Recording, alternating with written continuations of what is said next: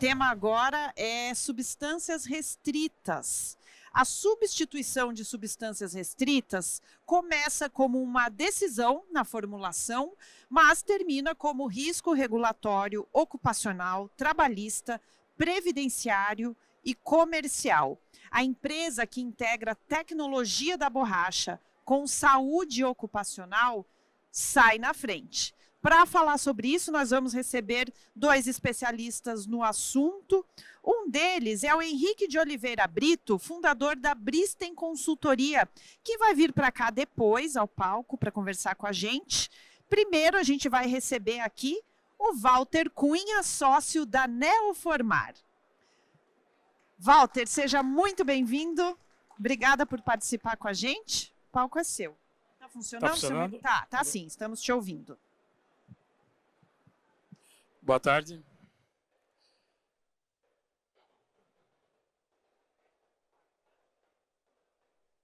Bom, iniciar agradecendo aí o convite dos organizadores, do pessoal do Sindibor. Eu sou médico do trabalho, sou diretor clínico de uma rede de clínicas de saúde ocupacional aqui em São Paulo e na Grande São Paulo.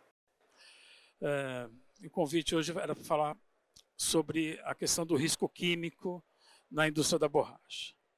Vamos tentar, dentro do tempo aí combinado, dar um panorama nesse plano de apresentação, dando destaques aí à questão das doenças relacionadas aos produtos químicos com exposição na indústria da borracha, a questão da carcinogenicidade que a classifica e os aspectos legais aí que estão relacionados a esse assunto, né? Bom, esse assunto é um assunto muito debatido atualmente. A questão dos riscos químicos traz uma série de destaques. O primeiro deles é a própria dificuldade técnica que existe em se fazer uma adequada avaliação, reconhecimento dos riscos químicos na indústria da borracha, por conta, claro, da enorme variabilidade que existe de ingredientes, começando aí pelas próprias tipos de matéria-primas, borrachas natural, sintética, regeneradas, e as centenas de aditivos químicos que são adicionados às matérias-primas para a produção do tipo de borracha que se pretende. Não bastasse essa variabilidade de agentes químicos no ambiente de trabalho, durante o processo industrial ocorre também uma série de reações químicas entre esses componentes iniciais, reações químicas que são incentivadas, aceleradas no processo, usando catalisadores, usando a questão de calor, de pressão. Então, a gente acaba tendo, além dos componentes iniciais, uma série de substratos químicos que são o que a gente procurava fazer. Vou fazer vulcanização da borracha, eu preciso que as ligações lá de carbono sejam feitas adequadamente, mas nesse processo também é gerado uma série de contaminantes, como, por exemplo, as nitrosaminas, os HPAs, que não servem para o processo, mas vêm para o meio ambiente, contato com o trabalhador e podem causar problemas de saúde. O segundo aspecto fala a respeito dos problemas de doenças que podem ser geradas nos trabalhadores expostos a esses produtos. Então, podem ser casos de intoxicações sistêmicas por sobreexposição a alguns agentes químicos tóxicos, caso dos solventes, do tolueno, por exemplo. Podem ser efeitos por ação local da inalação de muito material particulado que existe na formulação das borrachas. Isso pode causar doenças pulmonares de depósito, como a silicose.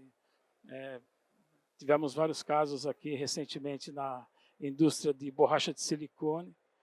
Pode causar problemas alérgicos, respiratórios, asma ocupacional e efeitos irritantes na parte em que esses produtos penetram no organismo. Então, no aparelho respiratório, causando rinites, sinusites, pneumonites, na pele pode causar dermatites, nas mucosas dos olhos.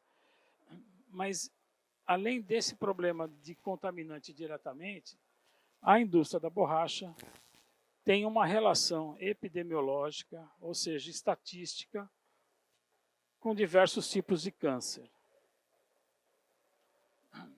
Então, essa questão dos produtos da borracha serem considerados cancerígenos traz também uma certa obrigação, novas obrigações legais para a empresa. Temos hoje um quadro, então, em que eu tenho uma indústria que é indispensável para o estilo de vida moderno, produz produtos de pneu de aviões a preservativos, uma indústria que emprega muita gente.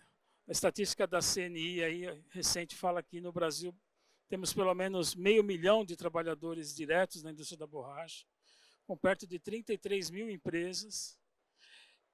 E essa massa de trabalhadores toda está classificada pela IARC, essa agência internacional da Organização Mundial de Saúde, como confirmadamente cancerígena.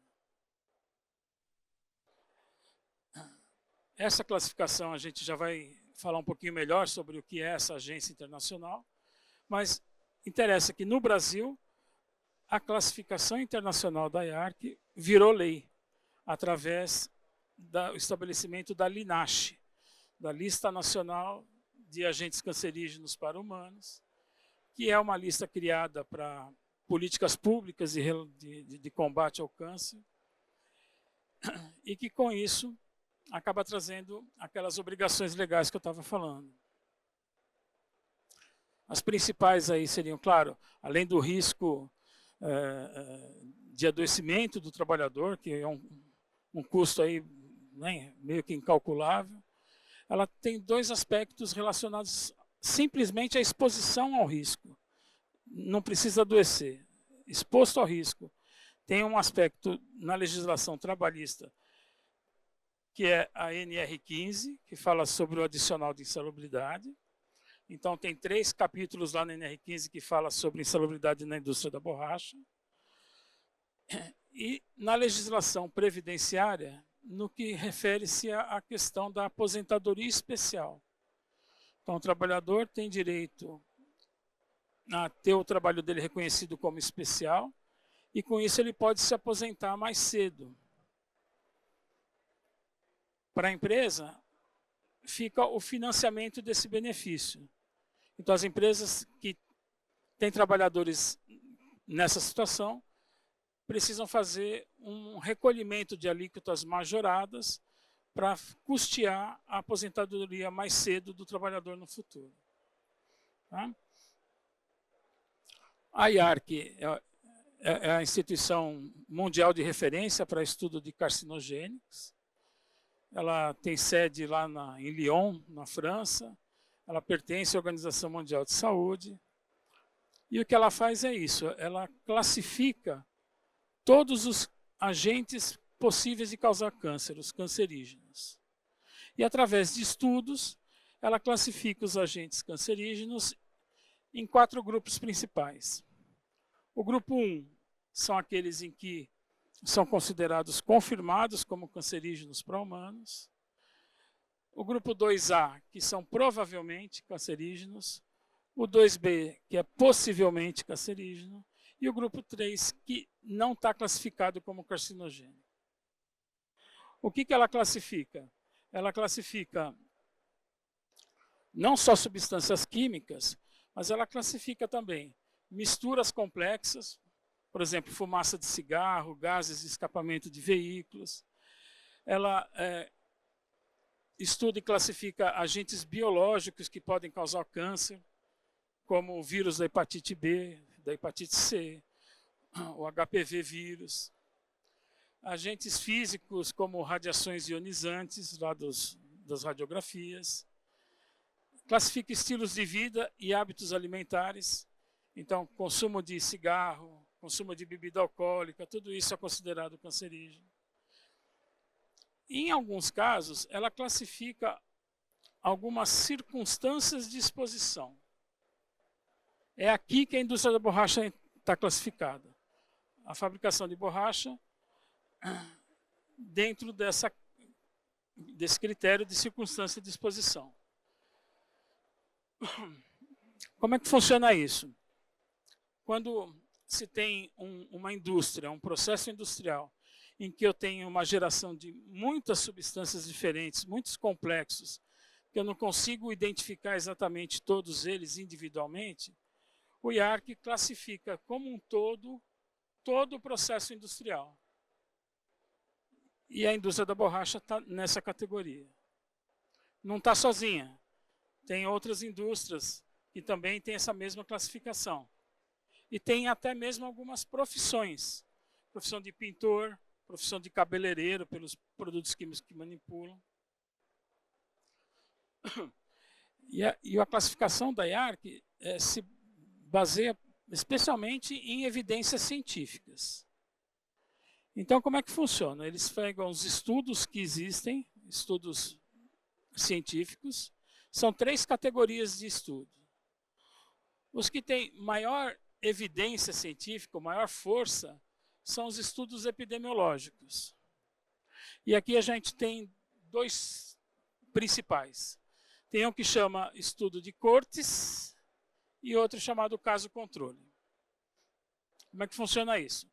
Estudo de Cortes é aquele que se baseia na exposição. Então eu vou pegar um grupo que está exposto ao agente cancerígeno que eu estou suspeitando, um outro grupo que não está exposto a esse agente, e vou acompanhar esse pessoal até que o evento final se estabeleça. No caso aqui, a pessoa vir a ter câncer. E aí eu vou comparar estatisticamente se as pessoas expostas àquele agente que eu estou suspeitando tiveram maior número de casos do que os que não estavam expostos a ele. Esses são os estudos padrão ouro, os melhores que tem para fazer essas conclusões. O problema deles, 2 principalmente, é que para câncer, o tempo de latência, o tempo em que a pessoa começa a se expor a um agente cancerígeno e passa a ter a doença efetivamente, é muito longo. Décadas. E manter o acompanhamento de um grupo N grande, bastante gente, não adianta fazer com pouquinho, durante muitos anos é muito difícil, muito caro, muito complexo. E o segundo problema desses estudos epidemiológicos é que existem outros fatores que também são sinérgicos, que também podem causar câncer. Então, ao final do estudo, eu descobri que uma parte da população tinha câncer, mas além dela estar exposta ao meu agente suspeito, ela também fumava, ela tinha hábito de bebida alcoólica, ela não comia frutas e verduras, alimentos processados, etc. Então, são estudos difíceis, muito demorados, décadas muitas vezes para completar, mas são os que estudam a pessoa humana, os que têm maior peso. O segundo grupo seriam aqueles que são feitos em animais de laboratório. Aí é mais rápido, a gente dá uma dose do agente suspeito bem mais alta no animal, e ele deve ter o efeito mais breve, mas sempre tem a ressalva de que a biologia do animal de experimentação é diferente da biologia humana, e esses estudos são considerados, mas têm um peso de evidência menor. E o terceiro tipo de estudos são aqueles que são feitos em laboratório. Estudos de genotoxicidade. Estudos in vitro. Né? Eu pego células humanas, coloco elas numa cultura de células, e aí exponho essas células ao agente e vejo lá no DNA delas se elas estão tendo alterações ou não. São estudos mais sofisticados, mas com menor peso científico, porque não é na pessoa viva, é sim em células de laboratório. Né? Muito bom. A IARC, para tomar a decisão, ela pega todos esses estudos, reúne um time de especialistas e eles vão produzir o que eles chamam de monografia. Um trabalho, um livro, com todos esses estudos que eles estão considerando. No final, eles avaliam os estudos e chegam na conclusão. É cancerígeno, não é, é grupo 1, 2A, 2B, 3, etc. Para a indústria da borracha, nós já tivemos 3 monografias. A primeira foi em 1982, uma segunda revisão em 87 e a última em 2012. Não se tem notícia de previsão de novos, sabe-se que antes de 2030 não ocorrerá uma nova monografia para a indústria da borracha. Então essa classificação vai se manter nos próximos anos, no mínimo. O primeiro estudo, a primeira monografia lá de 1982, que foi a que classificou a indústria da borracha como cancerígeno confirmado, ela se baseou em estudos epidemiológicos, especialmente em um grupo de estudos britânicos e em outro grupo de estudos norte-americanos. Mas o que acontece? Para eu fazer uma monografia em estudo epidemiológico no início dos anos 80, eu comecei a pegar estudos que se iniciaram com exposições na década de 50, na década de 60. E esses estudos, tanto os britânicos quanto os americanos, confirmaram que existe sim uma relação entre trabalhar em indústria da borracha e o aparecimento de câncer de uma forma geral, de vários tipos de câncer. Só que, naquela época, existiam dentro do processo agentes sabidamente cancerígenos, a naftalanina, o benzeno, que hoje em dia já não se usa mais, hoje em dia já não tem mais esse tipo de contaminante. Então, os estudos seguintes vieram, o último estudo, que é o de 2012, ele manteve a classificação, ao final a classificação é do grupo 1 ainda, porém ele fez uma ressalva. Ele disse o seguinte, que embora seja evidente que a exposição a alguns agentes da indústria de borracha tenha sido reduzida ao longo do tempo, os resultados dos citogenéticos, daqueles in vitro, recentes, continuam a levantar preocupações.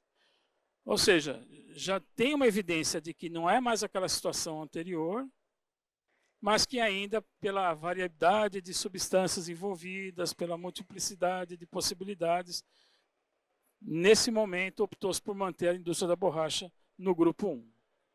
Tá? Estudos interessantes, tem vários, eu trouxe 2 aqui só para a gente citar. Depois dessa última monografia, foi feita uma meta-análise, né? Meta-análise é um estudo dos estudos. Eles pegaram, em 2017, 105 estudos epidemiológicos e desses estudos epidemiológicos observaram que sim, a exposição ocupacional na indústria da borracha continua aumentando a quantidade de câncer de bexiga, pulmão, leucemia e faringe, porém, trabalhadores recentemente empregados na fabricação de borracha não parecem ter mais esse risco de câncer.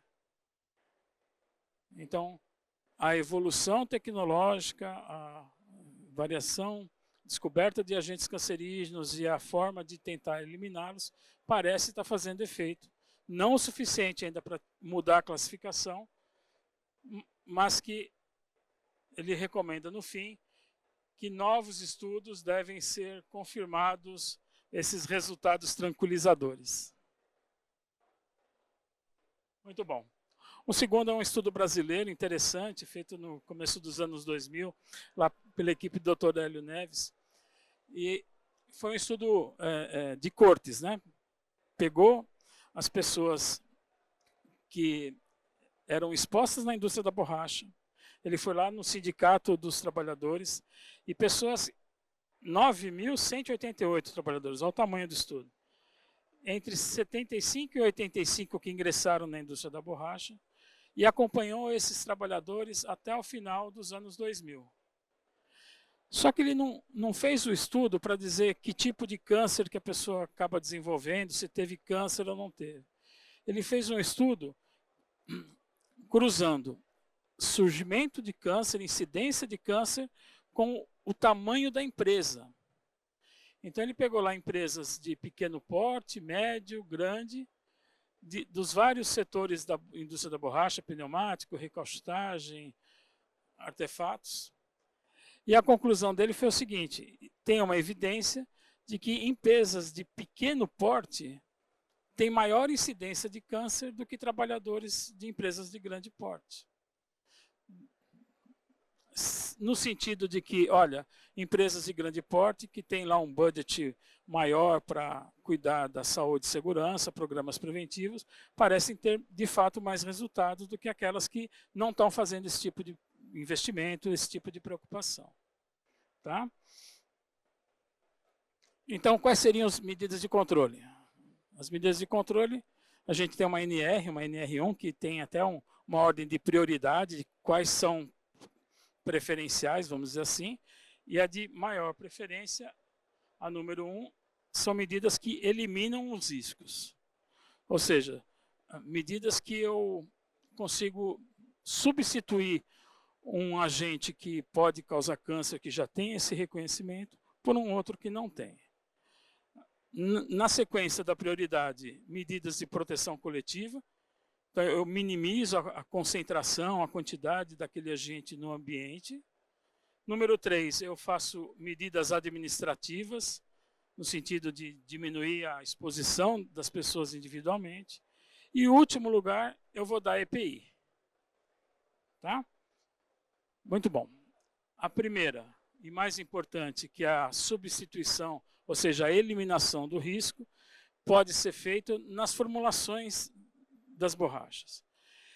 Agentes cancerígenos reconhecidos como quartzo, formaldeído, nitrosaminas, HPAs, podem ser eliminados do processo, ou porque eu substituo o ingrediente original por um outro que não tem esse efeito, ou porque eu adicione lá um inibidor na formação daqueles contaminantes. O expert nesse assunto aqui é o engenheiro Henrique, que vai dar continuidade para vocês daqui a pouquinho. Ele vai explicar em detalhes essas formulações, é mais a área de engenharia dele. O número 2, que seriam as medidas de proteção coletiva, são várias medidas, né?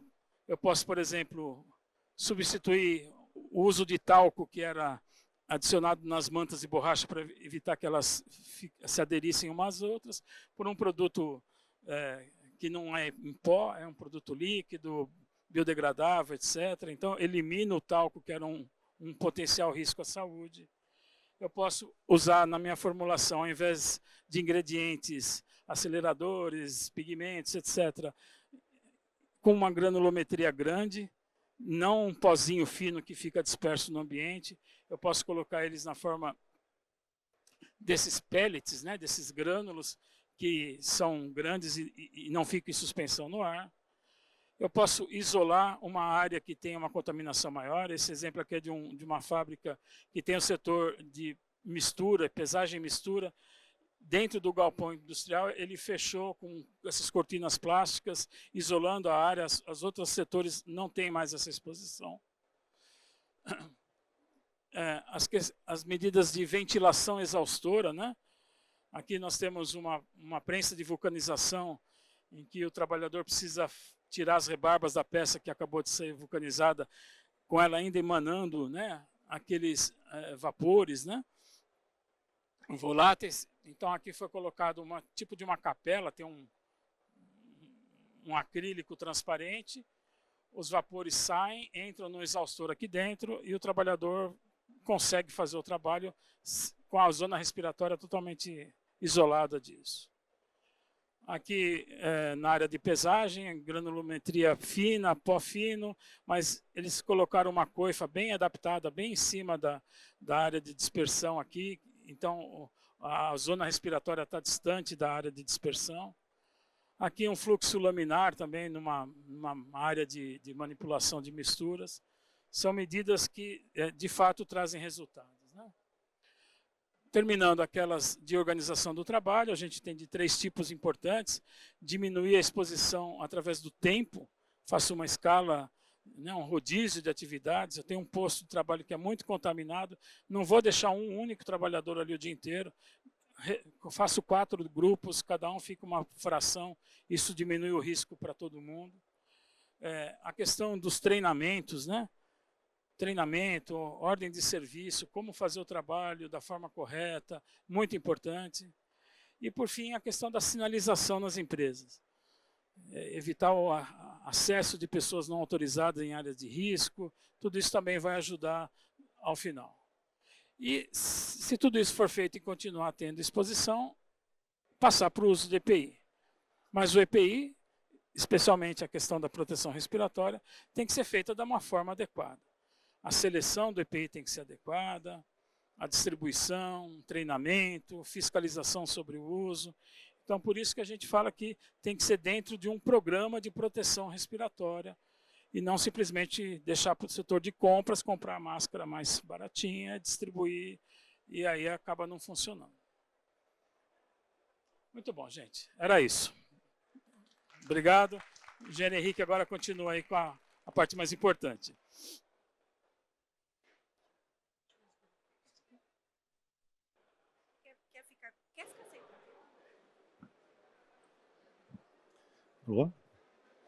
Boa tarde, pessoal.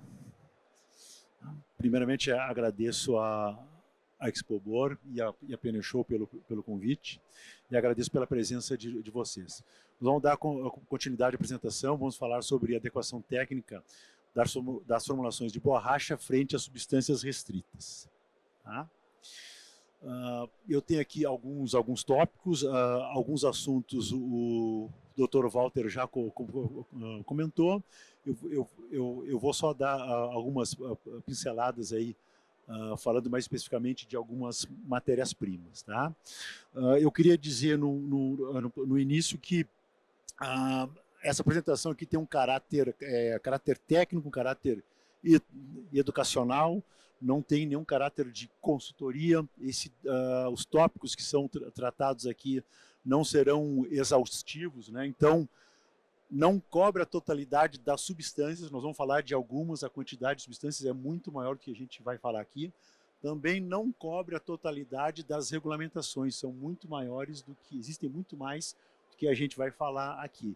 E que realmente, de fato, é responsabilidade da empresa fazer o levantamento para saber qual é a sua avaliação de risco e de conformidade. Pode ser feito com equipe própria ou com suporte de terceiros. Ok? A gente vê que a indústria da borracha está cada vez mais tentando aqui, equilibrar vários pratos, né? A questão do equilibrar desempenho técnico dos produtos, custos competitivos e, de uma forma crescente, atendimento a normas, legislações e protocolos. Nós temos alguns nacionais, nós temos internacionais e temos também de clientes, ok?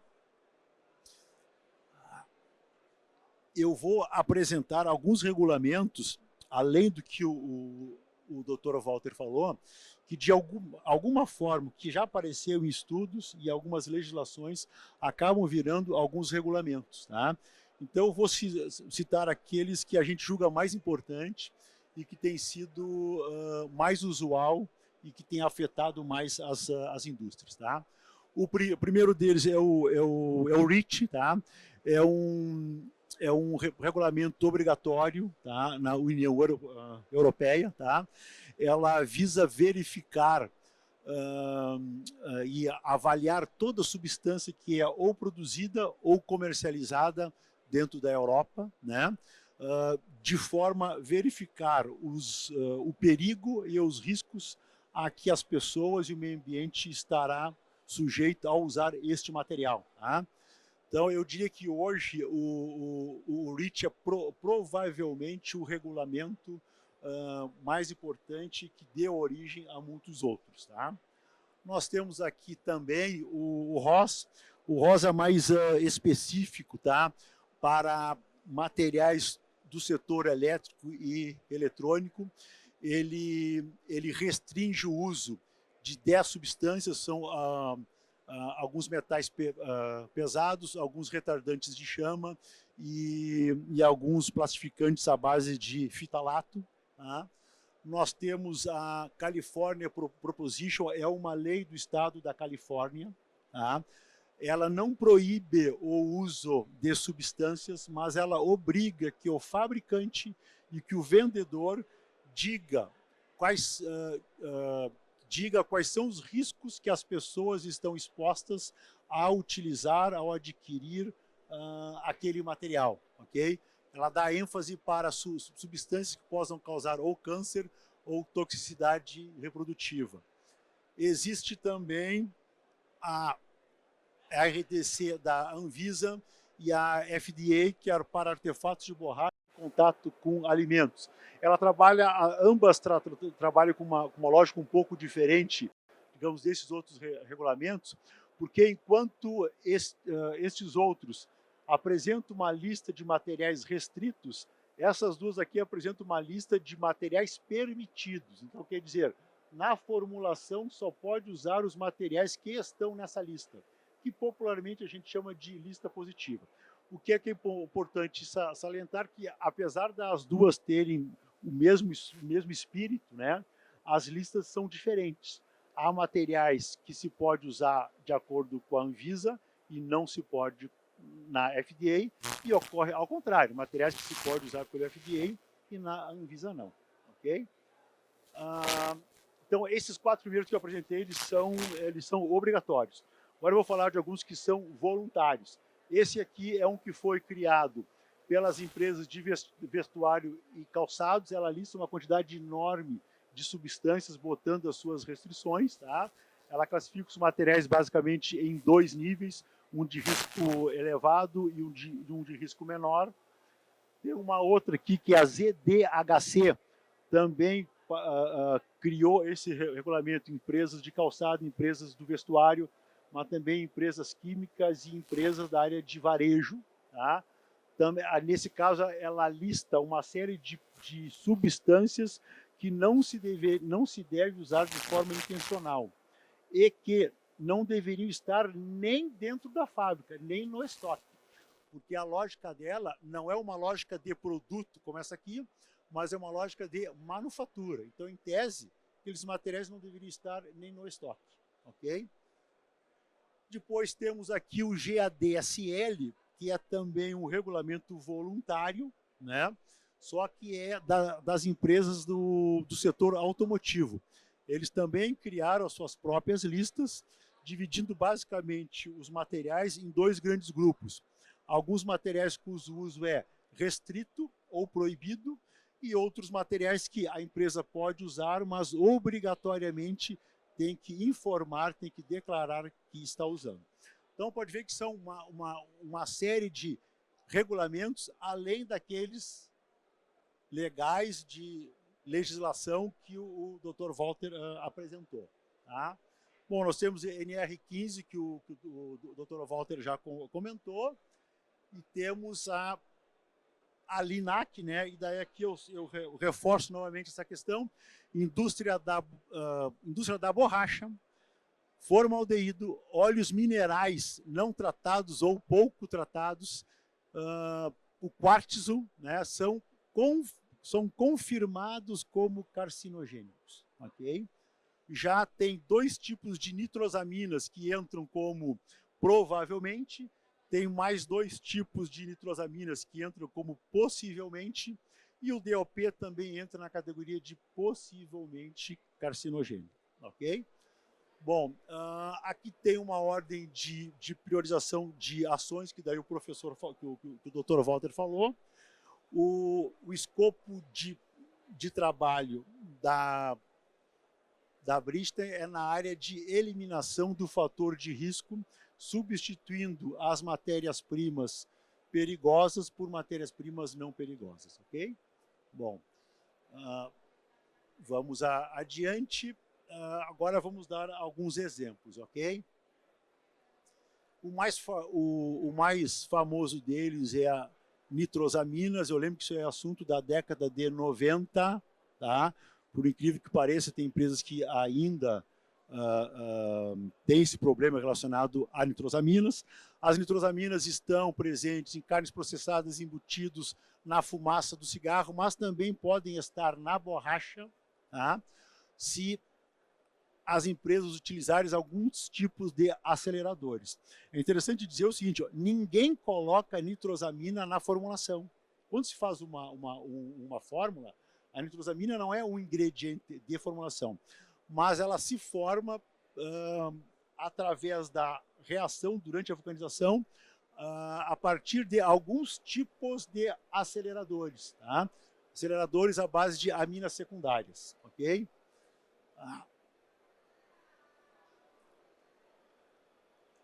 Essas nitrosaminas, como o Dr. Walter comentou, aparecem na linacha, aparecem no GHS e aparecem todos esses regulamentos aqui, ó.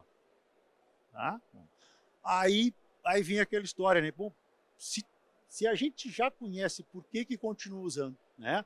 Aí vem às vezes alguma questão que é dizendo, eu não sei quais são as nitrosaminas que geram, quais são os aceleradores.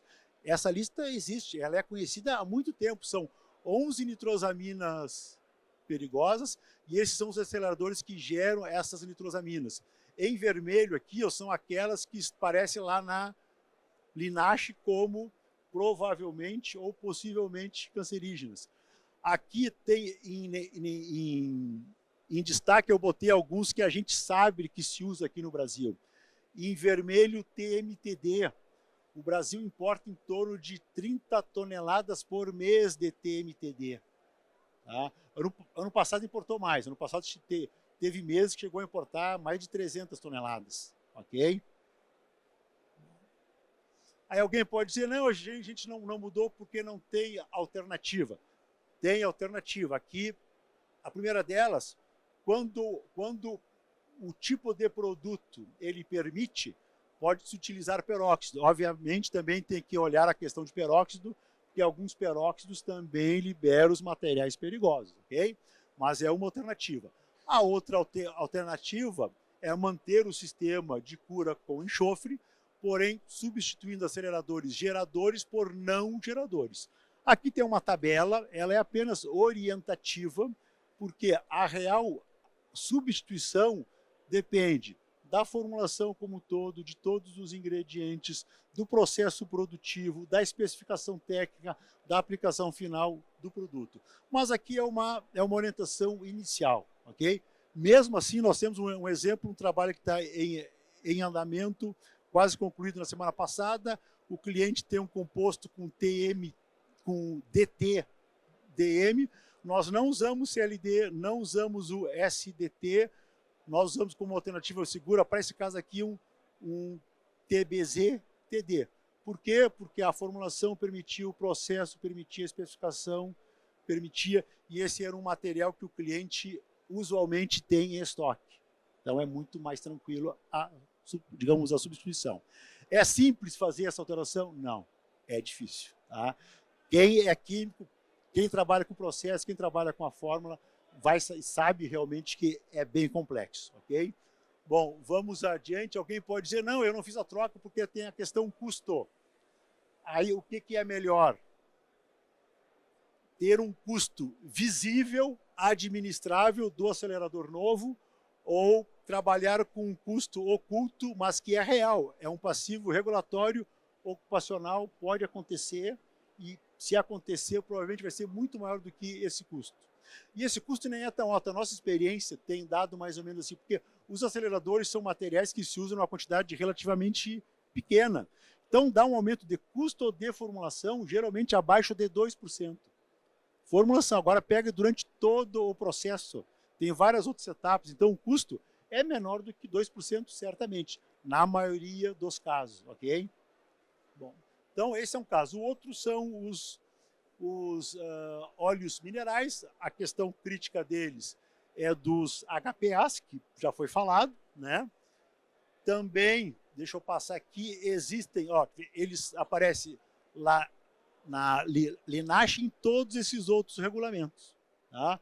Novamente a questão por que se continua a utilizar, né? Esses são os óleos mais perigosos, são os antigos óleos aromáticos, né? Que se usava muitos anos atrás, mas ainda hoje muita gente continua usando. Houve falta de óleo aromático durante a guerra da Ucrânia e Rússia, o pessoal voltou a usar bastante esse tipo. Houve, de novo, esse ano, o pessoal está usando. Vai haver falta de óleo aromático, o mercado tem já esta noção, e só que isso aqui, ó, não é alternativa, né? A alternativa, por exemplo, é usar os óleos tipo Trai, Tedai, MES, naftênicos, parafínicos, óleos vegetais, tá? Bioflex Rubber, óleos derivados de soja.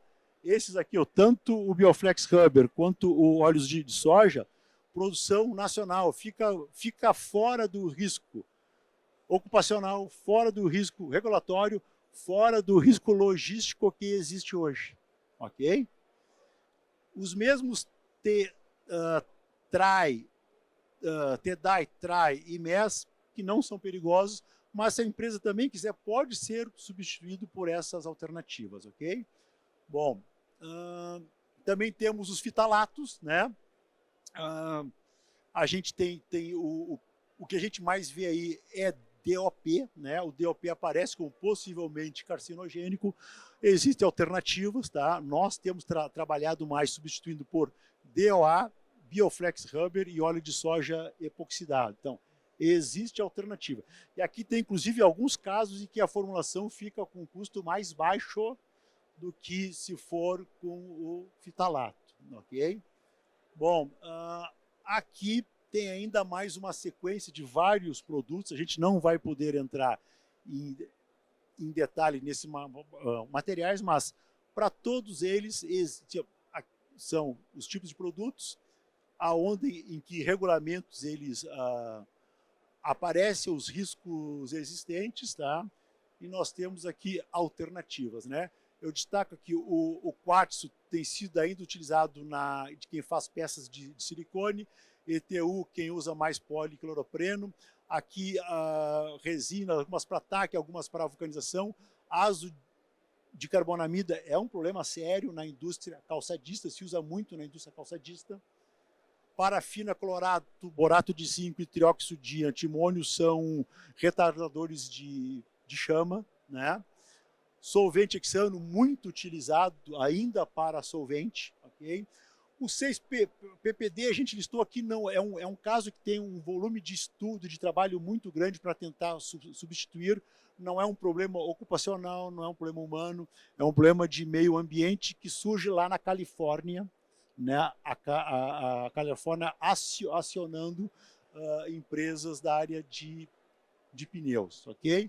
Bom, em função dessa complexidade toda, o que a gente tem proposto, o que a gente tem trabalhado e o que a gente vê que dá resultado? É o que a gente chama roadmap da conformidade regulatória. Ele está dividido em 3 fases. Fase 1, diagnóstico.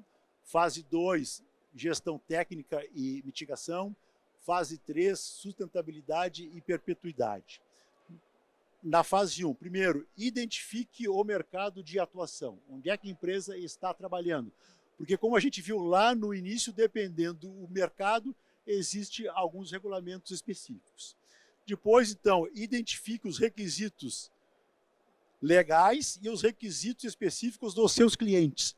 Existem casos onde o requisito do cliente é, inclusive, mais apertado do que o desses regulamentos. Vou dar um exemplo, não vou citar nome, mas algumas empresas de tênis, de calçados esportivos de primeira linha.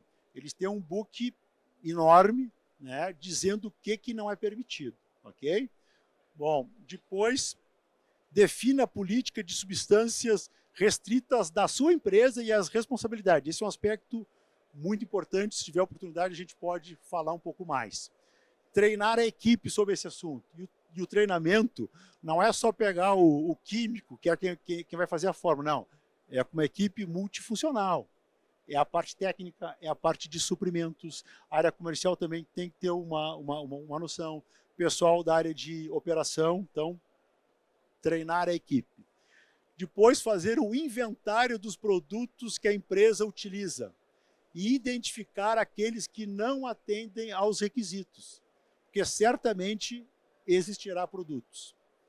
Na sequência, priorizar, né, e elaborar um cronograma de alteração de modificação, porque como eu comentei antes, realmente essas substituições, na sua grande maioria, não são fáceis. Tá?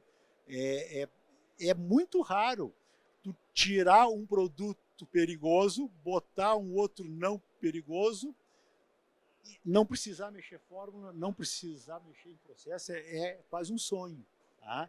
Então, na grande maioria, tu vai ter que fazer algum ajuste em fórmula, eventualmente, digamos, algum ajuste em processo. Então, é impossível fazer tudo ao mesmo tempo, vai ter que priorizar. Ok?